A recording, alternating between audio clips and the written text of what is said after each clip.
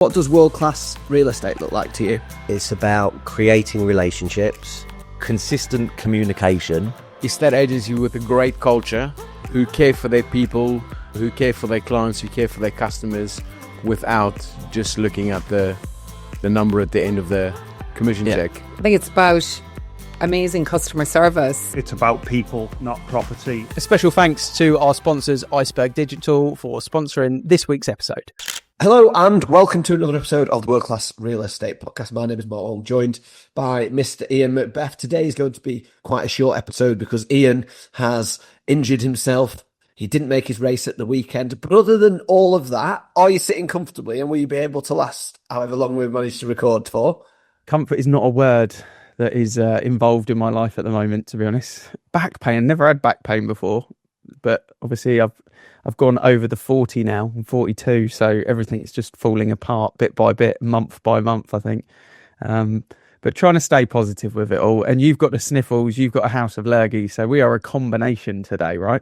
Yeah, I was jumping on here thinking, I'm hoping Ian's going to bring this positivity. And as soon as I thought, you're like, I'm not be able to record for long. I've hurt my back. And I'm thinking, crikey, this is like our Blue Monday podcast a week late. But we'll never sit and wallow in it, will we? Well, I posted on LinkedIn this morning at the point of recording that as of the 26th of January, we'd already done our record month in 6 years worth of history. Not that we're six yet, but 6 years worth of history of valuations booked in a month through the website. So it's not all doom and gloom out there. There is another named storm knocking around and it's pretty miserable and it's still dark at 8:15. But yeah, it's the estate agents that are bringing the vibes at the moment because we are rocking and rolling, aren't we, out there at the moment? It's feels good out there. Do you think?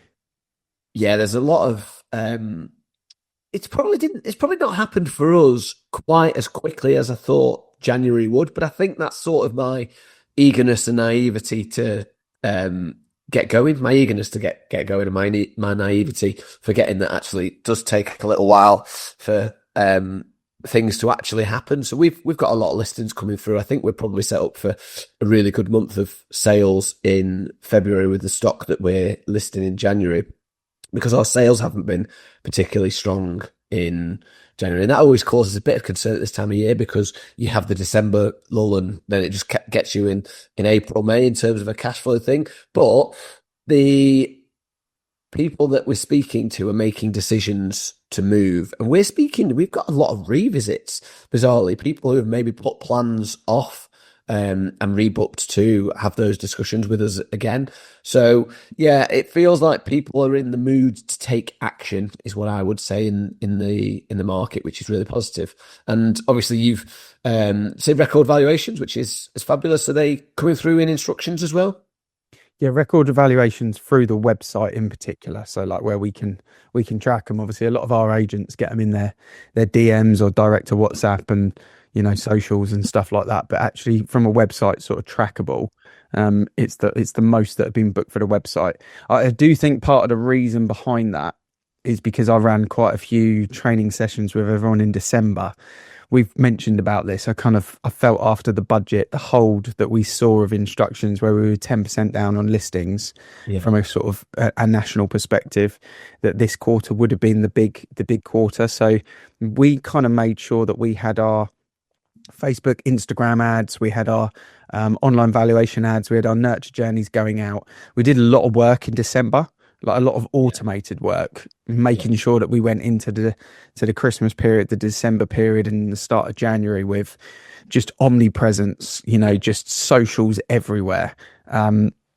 And all of that traffic drives back to our valuation page, which for our agents is such a great tool because it's been data scientifically created into a conversion page and seems to be getting the results. And to answer your question on listings, obviously, for us, if we get a valuation through the website, we're talking like 85% conversion rate on those because they've already got familiarity from the video they've watched or whatever it may be. So yeah, really good. We've had a couple of agents that only launched 2 weeks ago, already listed 5 and sold their first house on the weekend, which they were buzzing about.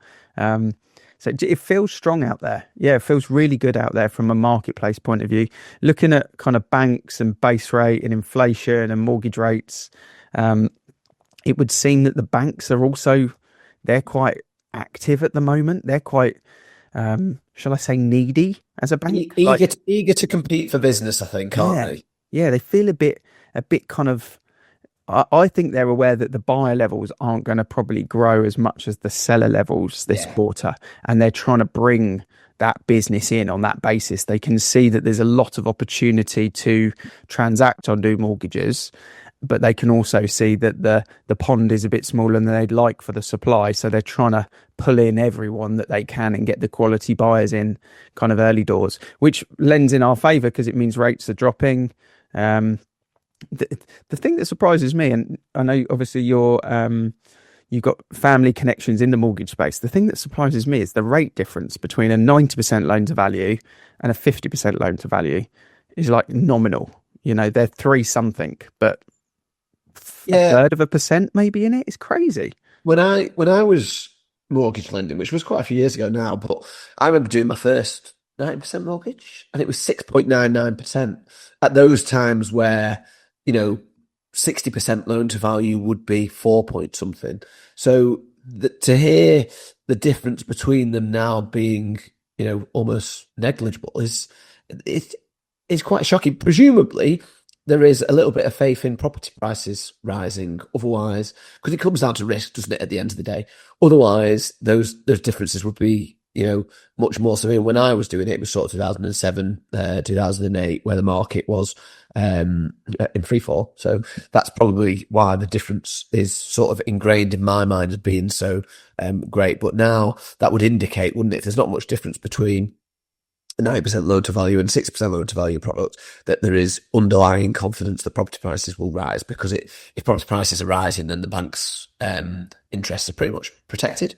Yeah, and 2-year fixed seems quite cheap as well, which with all of the rumours that we're going to see base rate drops, subject to obviously what inflation does, and 2-year fixed looking pretty appealing, it means the banks think that the base rate within that 2-year window is going to be lower than it is today. So, that's a positive kind of read from the outside on the analytics as well. So that's as deep as we need to get on that topic. But yeah, we're going to talk your kickoff event. So it's always a big event for you as you get into January. And I think it always sitting down with the team and getting the wider team in your case in a room and having that motivational meeting is always really beneficial. So how was it? How you had a pretty motivational speaker, I believe. We did, yeah. I mean, there was probably 4 main sort of big topics for the kickoff event, and it's not just Avocado, it's the whole suite of businesses that kind of sit within the group. So I think there was about 63 people in the room. So it's a nice size, but it's a good crowd, good atmosphere, good buzz. We had a Paralympian talking about resilience, who won gold at London. And I'll share a little brief of that story in a second, which was really positive. We had an accountant come on in the afternoon and talk through the eyes of like a VAT registered limited business, and kind of spoke about what's happened since Rachel Reeves has been obviously in power with what she's been doing, and some key takeaways, a couple of little hacks that obviously we didn't record the accountant for that particular bit. I pushed him a little bit on a few questions, even though I wasn't doing the Q&A. I was sat on the side just going, but what about this? How do I... You'll have to tell me off air. Yeah, how do I get that gym membership through there? How do I get my running shoes through the business? Buy pink ones. And then did a workshop very much around targeting this year and personal upgrades, and actually controlling the controllables in 26 and ignoring the noise. 2025 was a big noisy year. Stamp duty, budget, Labour, lots going on. Trump doing his thing, whether he's taking Greenland, Venezuela or London next, we don't know. But ignoring the noise and just controlling what we control. And we did a really good workshop on that. But yeah, and we gave away 10 grand on the day as well. And the reason we gave away, it's a lot of money, and it was quite a cool way that we did it. So at the start of this time last year, we said we're going to give 10 grand away to someone in the room. the way that you can get the 10 grand is through casino chips, like branded casino chips. Yeah. Every time you do a good deed and you're nominated, or you do a certain month, or you do an intercompany referral, so Avocado refers to Mortgage Tribe, or Mortgage Tribe refers to Servo Network, etc. You earn a chip. And there was 491 chips in the room. Everyone had their envelope with their chips. Some people had one, some people had, I think, 18. And then everyone lined up for this massive tombola. And then everyone was chucking them in. The video will come out soon. It's really cool. Everyone was chucking them in. The room was just like electric in terms of the buzz. You could see it on people's faces. It's one chip wins it, right? And there wasn't a runners-up prize. It was just bang, 10K straight in the pot. Here you go. And then with the thing, we shook it all up, and I got Naomi, the Paralympian, to come over and actually get the chip. So it was totally impartial. She's actually a blind Paralympian, so it was totally fair. She couldn't obviously fix what she was picking up. Ryan Bloomfield won the 10 grand on the day, and he was one happy man. So you gave away 10 grand to a member of your team. Wow. And what's he going to do? He's going to go on holiday? Did he talk about that? I mean, because that's... he said he's not telling... He said he's not telling his wife. I hope she doesn't listen. I don't think she does. She's not an agent anymore. She's a teacher. But I'm sure he will. Maybe not. I don't know. He loves his paddle. He loves his paddle. So I'm sure he'll get himself a new paddle set up, and he loves his biking as well. He does a lot of biking holidays. But it's just one of those moments where in the room, something special. Will we run it again next year? I don't know. I think we'll mix it up, probably do something a little bit different. But that really kind of set the tone throughout the year. It was something that constantly mentioned. And I think it's nice to have those quirky, slightly different things that you can run as a business at any level. If you're a company of 4 members of staff, you can still do something, can't you, towards the end of the year? We were just fortunate that we could do something as crazy as that. It was actually Mike's idea. I think it might. I thought Mike's a sensible one. Apparently not. He's like 95% sensible, and then there's 5% that just you're like, really? Did you just say that? Did that come from somewhere?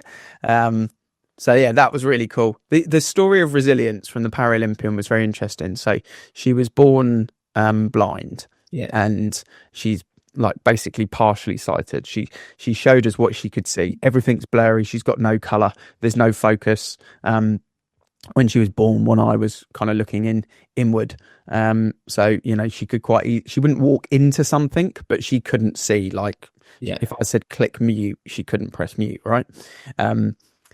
And growing up, she was really badly bullied at school because kids are thicker, aren't they? They don't get it. And, people kind of said that she shouldn't be in the class with them. She felt that teachers gave her a bit of a wide berth as well, because obviously her learning capacity was harder, and they didn't want to put the effort into her as such. She felt when they could focus on the other 29 kids and get them through life in the way that they needed to be got through, because teachers probably aren't taught to deal with that side of things. She had a really rough time with school, with teachers and with students. And then she went to university, and she was actually doing it like a jewelry making course or something like that at college or university. And she got a call randomly from Team GB to say that the rowing team, the Paralympian rowing team, had just been given funding, and they were planning to put a four-person coxed boat into the World Championships in Asia in 4 months' time. And they were putting a team together, and they basically needed a female with the same disability that she had, who was tall, to come and try out. And that was the criteria. That was the only criteria she had. Yeah. So she was like, well, what an opportunity, to ultimately race for your country. Went to the tryouts. She's a strong girl, and she got in, and they went to the world champs, and they won gold at the world champs 4 months later. Yeah, which was the start of the journey of her getting the bug for rowing. They then went to Beijing in the Olympics, because it got into the Olympics, knowing that it was going to be in London. So she had this 7-year plan and 7-year focus around getting into the Olympics, which was obviously a huge timeline for a goal. They went to Beijing. they were expected to win gold. They'd cleaned up, throughout the year before, and they just didn't realise how much other teams would have improved for an Olympics. They were almost stationary rather than progressing, if you like, and a big learning curve of, don't be overconfident, don't stay the same, move forward. And they won bronze, and she showed the photo and they looked devastated. They looked really, really devastated. Then she came back and went into training for London 4 years later. Each year they did a tryout, and basically this like female cyborg turned up, as she described her. She was bigger, stronger, faster, same disability. She said she even cooked brownies better than she could cook. Like I was kind of visioning like Rocky when he fights the Russian, Yeah. And yeah, she kicked her out the boat. She took her place in the boat. She went then and trained elsewhere and took all the resilience that she'd taken from obviously being blind and all the school element, found a really good coach, and just trained her butt off. She lost by half a second in the race with this girl, came back a year later, not expecting to beat her by 3.5 seconds. Ooh. Then funding was strong because it was the London Olympics. Trained aggressively again, just pure channel focus on this one goal. And in the year before the Olympics, the final tryout, this one race where whoever wins gets in the boat. She beat her by 8.5 seconds and got in the boat. The final is worth a watch. She played the final of obviously with the commentary. It was 2 heats. Germany won their heat, GB won their heat, went into the final. You get 45 minutes to warm up in the warm-up lane. As soon as they got in the boat, she heard rattling, went to try and tighten up a bolt, did it the wrong way, bolt dropped into the Thames. So then they had to go and spend half an hour getting the boat fixed. Then when they were on their way back, they were rushing the person at the front because they had to put blindfolds on at this point for obviously everyone to be the right disability at that point. Someone whacked the speedometer off the front with the oar as they were turning, so the speedometer went into the. I've got this like catalogue of mistakes. Yeah, and they were like, oh my god, this is the worst prep. We've had no warm up, we've got no speedometer.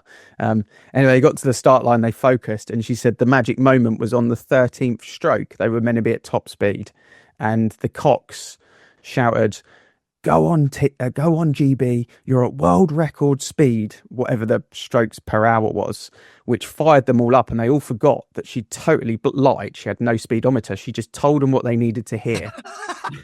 And you can see in the race in that moment where they all filled with confidence, ultimately fake confidence, but it didn't matter, it was placebo. And they just gun for the Germans, and the Germans are in front at this point, and they just gun the Germans down and just end up winning it by, a fair canter, basically. It's quite an amazing story of, wow. She's got the gold medal. She brought it to the day. I mean, they are huge and heavy. Nice. Everyone was kind of picking it up and taking a photo and stuff, which was really cool. And she's got the gold letterbox in Marlow where she lives too. And she said, what's funny is the school now take credit for her thing, and she went back there and she smiled and she humoured, but she said that just shows you how fickle people can be, knowing that the school can't really take any credit for that. They were terrible, but they gave her the resilience she needed to get there. Yeah. So, very, very cool story. It's amazing what they go for, actually. You think these Olympians that they train for 8 years sometimes for such a short moment, and you think everything has to go perfect, but sometimes you just got to be an animal in the moment and just win, just focus on winning. And that's kind of what they did. So yeah, it was a very, very cool speech. The whole room was captured. I was quite fortunate because I was sat facing the room because I was making sure we had a few tech issues. So I was making sure the tech was working, but the whole room, 63 people, no phones, just pure focus. Yeah. And everyone felt very inspired going into the goal setting workshop, which is a nice way to start the year, really. Yeah, those inspirational stories. I've been reading a book about a man with a disability who climbed Kilimanjaro in his wheelchair, and like the inspiration that you take, and you take so many things for granted, and that's the word: resilience, inspirational. Those people that go through that and have the mindset. You know, I think I've got quite a strong mindset in terms of goal setting, positivity, all of that sort of thing. If something like that happened, then it's just, yeah, it's a completely different mindset. And I'm completely in awe of people like that, to be perfectly honest. Yeah, I mean, you know, the thought of being blind as a child to then being an Olympic gold medalist, you know, it just shows that really deep down, regardless of what's going on in your life, if you can focus on what you can control and turn it into the best possible scenario you can turn it into, you give yourself a chance. And if you've got a chance, then you can do something spectacular, you know. And it's funny, like this race that I was meant to do down in Cornwall this weekend, we arrived there on the Friday. We were meant to do the 50-mile race, and my friend did the 50-mile race. But as I said, my back spasmed. I couldn't do it. I woke up at 5, couldn't make the start line. But we had Storm Ingrid, didn't we, down there? So when we arrived, the whole place was under mud, underwater. And we went to bed, and the 100-milers started at 1 o'clock on the Friday afternoon, and it was torrential. And we went to bed, and we were waking up every hour because of the wind and the rain that was hitting the windows. And these 100-milers had gone through the night. There was a 72% DNF rate. So only 28% of the 600 people that started finished. We saw a couple of them in the McDonald's breakfast drive-through on the way back on the Sunday, and they were like the Walking Dead. But you know, you think of the resilience of doing 100 miles in rain, wind, Cornwall coast, up to your ankles in mud. I mean, I've done some 100 miles, but not like that. And most of them were taking about 32 hours, and most of that was in the dark. They only had about 12 hours of light as well, because they did effectively 2 nights worth of running. My mate did 100 miles in the summer, and it was like an incredibly impressive feat. But are you a bit nuts if you're doing that? Got to be a little bit. January? The reason they do it in January is because it's the dark 100. So, you know, it's 16 hours of dark in a 24-hour window. So those summer ones, I mean, the ones that I've done, I had 4.5 hours of dark and I had 7 hours of dark. And that felt like a long time. And when the sun comes up in the morning, after you're completely drained of anything, it's like you've just had a shower. You know, when you're like, you've just got back from like rugby training or the gym, and you get in the shower and all the sweat comes off. You're like, oh. When the sun comes up, it's amazing, because you see then how important like natural light is to the body, because you've been in the dark and you've been awake and you're tired. The sun comes up and it's like, whoa, I feel recharged. But you don't get that in this race because the sun don't come up.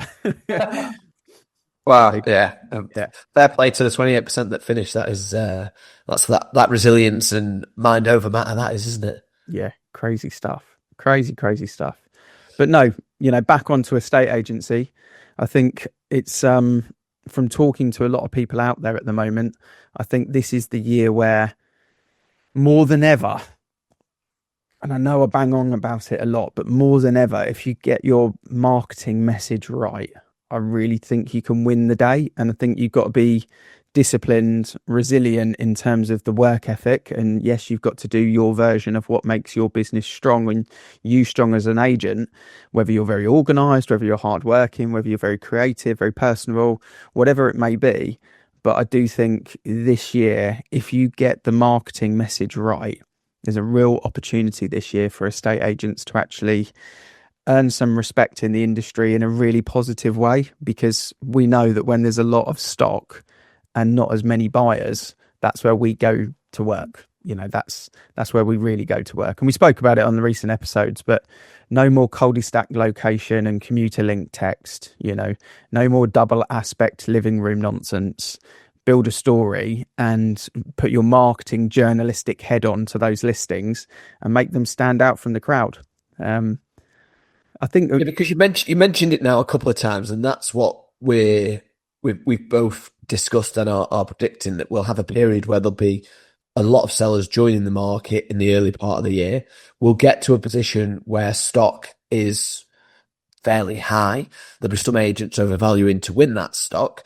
But it will be a battle to grab buyers' attention, I think, because of that. So actually, you've got the work that you do now. You talked about record valuations. We've had a really good month for instructions, and I hope agents listening are in that same boat. But they've got to be the right ones. You can't be taking bad stuff on, because all you'll do is waste your time on those, and you won't be able to focus on those really motivated sellers who've got good properties and they align with your business and your morals to try and get people moved ultimately. Yeah. I mean, I use Airbnb a lot. I don't know. Do you use Airbnb? Yep. Well, you know that not always do I book the right Airbnb. Yep. But I do book a lot of my race trips on Airbnb, family holidays. This summer, we're going to go down back to Cornwall actually in the summer. And in the summer holidays, rather than going abroad with the kids, we're going to just go down to the south coast just to enjoy the British, the British beauty that's down there in Cornwall. But it's interesting when you shortlist the Airbnb, because they haven't quite grasped to the same standard of estate agents. Yeah, it's a very diverse, selective marketing on Airbnb. But it's amazing the difference of good photos and good storytelling in the description. Oh, some of the photos are hilarious, aren't they? Some of them are shocking, right? But some of them, they get a professional photographer in, because it's the same photos that are going to be used year in, year out. Yeah. But I find the story, I was reading one and it was like it's 9 minutes from St. Ives, 9-minute walk into St. Ives and 20 minutes to this. And I want that information. And when I read it, I connect with the listing. Whereas if I look at one and the photos are a bit grainy and it's just got, 26 miles to X, 26 miles, and it's like not got a story behind it, I kind of just skip it.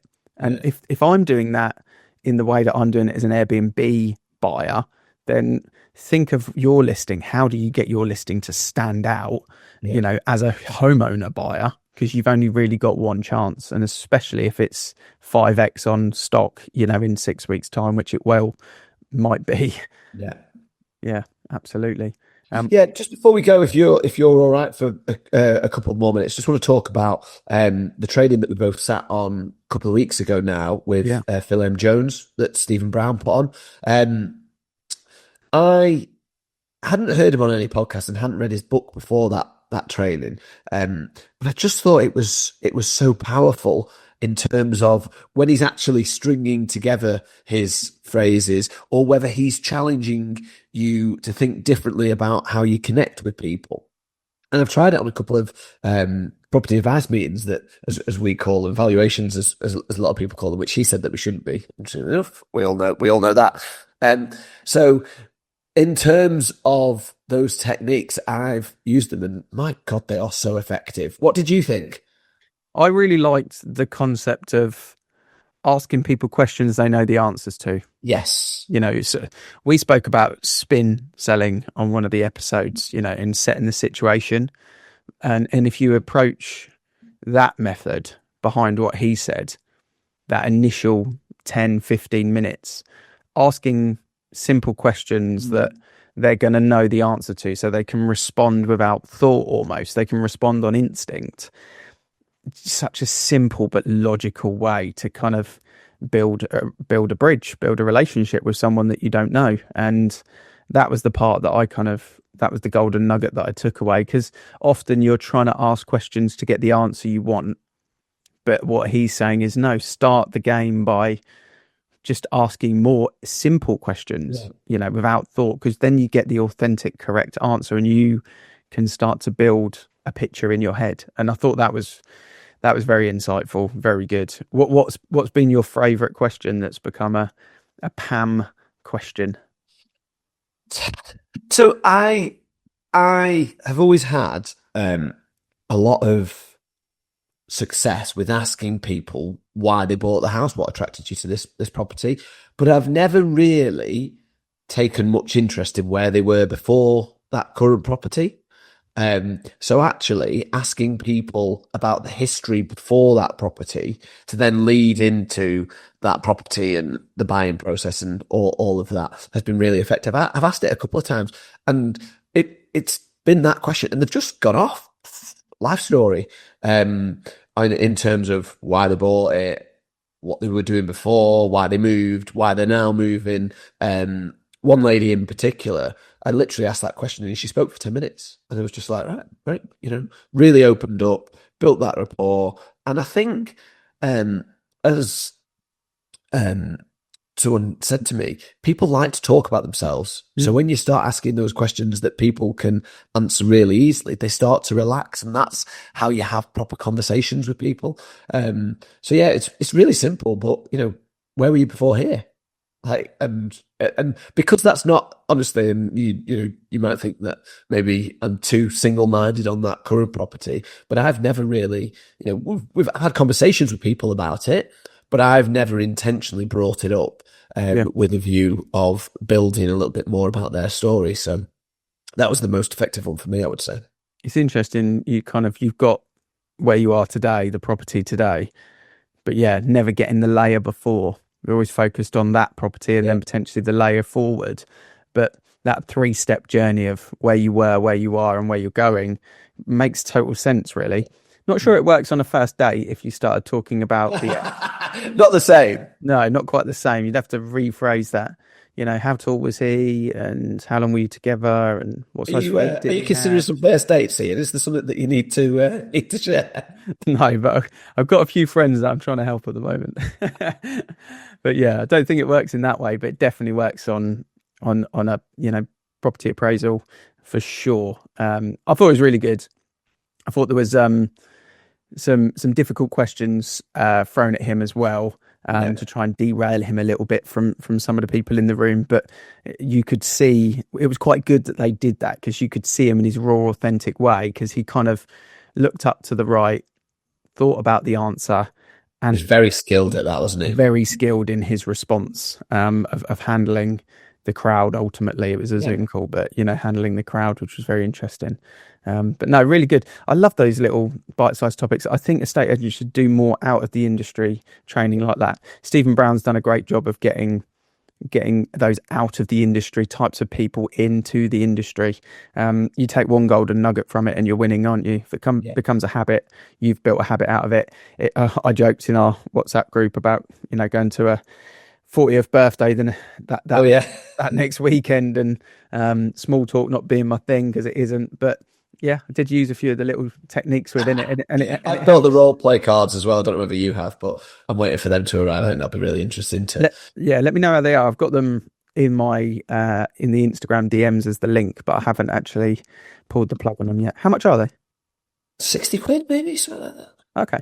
So it's a fair investment, but it's not like crazy money. So I just thought it when he used them in the training, and I just thought it was effective. And you're not going to use them, I don't think, in the same way that he used them in the training. But I think you might just pick up some good techniques from there. And because his book is so effective, when you read it, God, it just linking those words in the way that he does, very, very clever. So I'll let you know how they are. And I think Stephen said that maybe at Mastermind we're going to have a little play with them. And And talking of training, the workbook, got the back cover, got the inside cover done.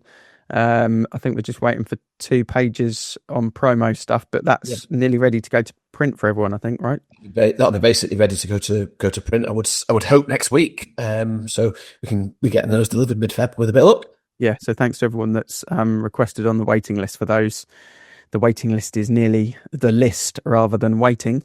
And if you haven't yet, then obviously do so, and we can make sure that we've got the right amount printed, and you'll get them sooner rather than later.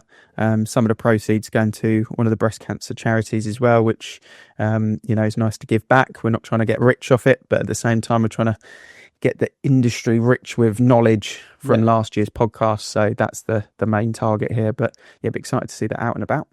Yeah, absolutely. As you know, we do this because we love our industry. We want to see it improve and get better. If you have enjoyed today's episode, please share it out on social.